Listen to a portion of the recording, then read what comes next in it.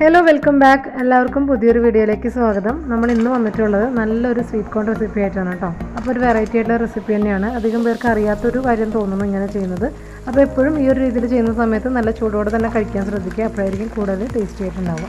അപ്പോൾ നല്ല ക്രിസ്പി ആയിട്ടുള്ള ടേസ്റ്റി ആയിട്ടുള്ള സ്വീറ്റ് കോൺ റെസിപ്പിയിലേക്ക് നമുക്ക് പോകുന്നതിന് മുമ്പ് നമ്മളുടെ ചാനൽ ഫസ്റ്റ് ടൈം ആരെങ്കിലും വാച്ച് ചെയ്യുന്നുണ്ടെങ്കിൽ സബ്സ്ക്രൈബ് ചെയ്യാൻ മറന്നു പോകണ്ട. പിന്നെ തൊട്ടടുത്ത് തന്നെ ഒരു ബെല്ലൈക്കൺ കൂടി ഉണ്ടാവും.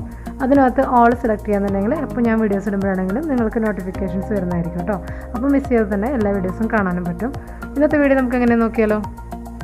നമ്മളപ്പോൾ ഈ റെസിപ്പി ചെയ്യാനായിട്ട് ഇവിടെ ഒരു സ്വീറ്റ് കോണാണ് എടുത്തിട്ടുള്ളത്. അത്യാവശ്യം വലിയ സ്വീറ്റ് കോണാണ് കേട്ടോ. അപ്പോൾ ഇതിൻ്റെ സ്കിന്നൊക്കെ ഒന്ന് റിമൂവ് ചെയ്ത് കളഞ്ഞ് അതിൻ്റെ നാരുകളൊക്കെ ഒന്ന് എടുത്ത് കളഞ്ഞ് ക്ലീനാക്കി ഇതുപോലെ മണികൾ മാത്രമായിട്ട് ഒരു ബൗളിലേക്ക് ഇട്ട് വെച്ചിട്ടുണ്ട്. നന്നായിട്ട് കഴുകി വൃത്തിയാക്കിയതിന് ശേഷം മാത്രം എടുക്കുക കേട്ടോ. ഇനി നമുക്ക് ഈ സ്വീറ്റ് കോൺ ഒന്ന് വേവിച്ചെടുക്കണം. അപ്പോൾ അതിനായിട്ട് ഞാൻ ഒരു പാത്രം വെച്ച് കൊടുത്തിട്ടുണ്ട്. അതിലേക്ക് ആവശ്യത്തിന് വെള്ളം ഒഴിച്ച് കൊടുക്കുക. ഇതൊന്ന് നിൽക്കുന്ന രീതിയിൽ വെള്ളം ഒഴിച്ചാൽ മതി. കുറച്ച് ഉപ്പോട് ചേർത്തിട്ട് നമുക്ക് നന്നായിട്ട് വേവിച്ചെടുക്കാം. ഒരു 5 മിനിറ്റൊക്കെ ഒന്ന് തിളപ്പിച്ച് വേവിച്ചെടുക്കുക. നല്ല മൂടി വെച്ചിട്ട് തന്നെ കുക്ക് ചെയ്യുക കേട്ടോ. 5-6 മിനിറ്റ് കഴിയുമ്പോൾ നമുക്ക് ഫ്ലെയിം ഓഫ് ചെയ്തിട്ട് ഇതുപോലെ നോക്കാം. അപ്പോൾ അങ്ങനെ നല്ല സോഫ്റ്റായിട്ട് ഒന്ന് വീർത്ത് വന്നിട്ടുണ്ടാവും. ആ ഒരു രീതിയിലേക്ക് ആകുമ്പോൾ നമുക്ക് ഓഫാക്കിയിട്ട് ഇതൊന്ന് ഊറ്റിയെടുക്കാം കേട്ടോ. ഇതിന് നമ്മളപ്പോൾ ഡ്രെയിൻ ചെയ്ത് വെച്ചിട്ടുള്ള ആ ഒരു കോൺ ഒരു ബൗളിലേക്ക് ഇട്ട് കൊടുത്തിട്ടുണ്ട്. ഇനി ഇതിലേക്ക് നമുക്ക് കോൺഫ്ലോറിൻ്റെ പൗഡറാണ് ആഡ് ചെയ്യേണ്ടത്. 2 ടേബിൾ സ്പൂൺ കോൺഫ്ലോർ ഇട്ട് കൊടുക്കുക. ഇതിലേക്ക് നമുക്കിത് ചെറുതായിട്ടൊന്ന് മാരിനേറ്റ് ചെയ്തിട്ട് കുറച്ച് സമയം ഒന്ന് വെക്കണം. ഇനി നമ്മളിതിൽ ചേർക്കാൻ പോകുന്നത് മുളക് പൊടിയാണ് കേട്ടോ. അത്യാവശ്യം കുറച്ച് എരിവുള്ള മുളക് പൊടി ഒരു 1/2 സ്പൂണോളം ചേർത്ത് കൊടുത്തിട്ടുണ്ട്. പിന്നെ വേണ്ടത് 1/4 ടീസ്പൂണിൽ താഴെ മഞ്ഞൾപ്പൊടി ഒരല്പം മതി, ഒരു 2 നുള്ളൊക്കെ മതിയാവും. പിന്നെ നമുക്ക് കയ്യിലുണ്ടെങ്കിൽ ആഡ് ചെയ്ത് കൊടുക്കാം. നല്ലൊരു കളറിനും ഒരു ഭംഗിക്കൊക്കെ വേണ്ടിയിട്ടാണ് ചെയ്യുന്നത്. കാശ്മീരി ചില്ലി പൗഡർ അതൊരു 1/2 ടീസ്പൂൺ ചേർത്ത് കൊടുത്തിട്ടുണ്ട്. ഇനി ആവശ്യത്തിന് ഉപ്പും കൂടി ചേർത്ത് കൊടുക്കാം. ഇതെല്ലാം കൂടെ ചേർത്തൊന്ന് മിക്സ് ആക്കിയിട്ട് നമുക്കൊരു 10-15 മിനിറ്റ് ഒന്ന് മാറ്റി വയ്ക്കാം. അതിന് ശേഷം നമുക്കിത് ഫ്രൈ ചെയ്യണം.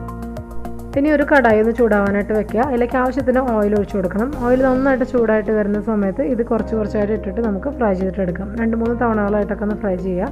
അങ്ങനെ ആകുമ്പോഴത്തേക്ക് നല്ല ക്രിസ്പി ആയിട്ട് കുറച്ച് നല്ല വേറിട്ട് എടുക്കുന്ന രീതിയിൽ വേഗം തന്നെ നമുക്ക് ആയി കിട്ടും. ഫുൾ ഫ്ലെയിമിൽ തന്നെ തീയിട്ടിട്ട് നമ്മൾ കുക്ക് ചെയ്യുക. എന്നിട്ട് ഫസ്റ്റ് നമ്മൾ ഇട്ടതിന് ശേഷം പിന്നെ മീഡിയം ഫ്ലെയിമിലേക്ക് മാറ്റിയിട്ട് ഒന്ന് മൂടി വെച്ചിട്ട് ഇടയ്ക്കൊന്ന് ഇളക്കി കൊടുത്ത് കുക്ക് ചെയ്യുക കേട്ടോ. കുറച്ച് സമയം കഴിയുമ്പോഴത്തേക്കും ഇതൊന്ന് പോപ്പപ്പ് ചെയ്തിട്ട് വരും. അപ്പോൾ ഒന്ന് പൊട്ടുന്ന പോലെ ഉണ്ടാവും. ആ സമയത്ത് ഓയിൽ മേത്തേക്ക് തെറിക്കാതായിട്ട് ശ്രദ്ധിക്കണം. അതിന് വേണ്ടിയിട്ട് നമ്മളൊന്ന് മൂടി വെച്ചിട്ട് ഒന്ന് കെയർ ചെയ്തിട്ട് തന്നെ ചെയ്യുക കേട്ടോ. അപ്പോൾ ഇത് ഒരു തവണ നമ്മൾ ആക്കിയിട്ടുള്ളതായിട്ടുണ്ട്. ഇതൊന്ന് കോരിയെടുക്കാം. എപ്പോഴും നമ്മളിതുപോലെ കോരിയെടുക്കുന്ന സമയത്ത് തീ നന്നായിട്ടൊന്ന് കുറച്ചിടുക. അപ്പോൾ ഇതിങ്ങനെ പൊട്ടുന്ന എന്തെങ്കിലും ചാൻസുകൾ ഉണ്ടെങ്കിൽ അത് ഒഴിവായി കിട്ടും. ഇതുപോലെ നമുക്ക് ഇത് മൊത്തത്തിൽ അങ്ങ് വറുത്തെടുത്തിട്ട് കാണാം. അങ്ങനെ മൊത്തത്തിൽ നമ്മളോട് വറുത്തെടുത്തിട്ടുണ്ട്. ഇത് നമുക്ക് വേണമെങ്കിൽ ഇങ്ങനെ തന്നെ കഴിക്കാം. അല്ലെങ്കിൽ ഏതെങ്കിലും റൈസുകളുടെ സൈഡായിട്ട് ഒരു ഫ്രൈ എന്നുള്ള രീതിയിൽ അങ്ങനെ കഴിക്കാം. അതും അല്ലെങ്കിൽ നമുക്ക് വേറൊരു രീതിയിലും കൂടി ഇത് ഒന്ന് മിക്സ് ചെയ്തിട്ട് കഴിക്കാൻ പറ്റുന്നൊരു കാര്യമുണ്ട്. അതെങ്ങനെയാണ് ഞാനിപ്പോൾ കാണിക്കാം. അപ്പോൾ നമ്മൾ ഫ്രൈ ചെയ്ത് വെച്ചിട്ടുള്ള ഇതിനകത്തേക്ക് കുറച്ച് ഉള്ളി ചേർത്ത് കൊടുക്കുക. ആദ്യം തന്നെ ഇനി എരിവിന് വേണ്ടിയിട്ട് കുറച്ച് പച്ചമുളകൊന്ന് വട്ടത്തിൽ അരിഞ്ഞ് കൊണ്ടിട്ട് കൊടുക്കുന്നുണ്ട്. ചെറിയൊരു പുളി കിട്ടാനായിട്ട് ഒരല്പം ലെമൺ ജ്യൂസും കൂടി ചേർക്കുന്നുണ്ട്. ആവശ്യത്തിന് ഉപ്പും കൂടി ഇട്ട് കൊടുക്കുക. പെപ്പർ വേണമെങ്കിൽ ഈ സമയത്ത് അതും കൂടി നമുക്ക് ആഡ് ചെയ്യാം. ഞാനിപ്പോൾ പെപ്പർ ആഡ് ചെയ്യുന്നില്ല. ഇനി മല്ലിയിലോ അങ്ങനെയുള്ള കാര്യങ്ങളൊക്കെ നമുക്ക് ആഡ് ചെയ്യണമെന്നുണ്ടെങ്കിൽ അതുകൂടി ആഡ് ചെയ്യാം.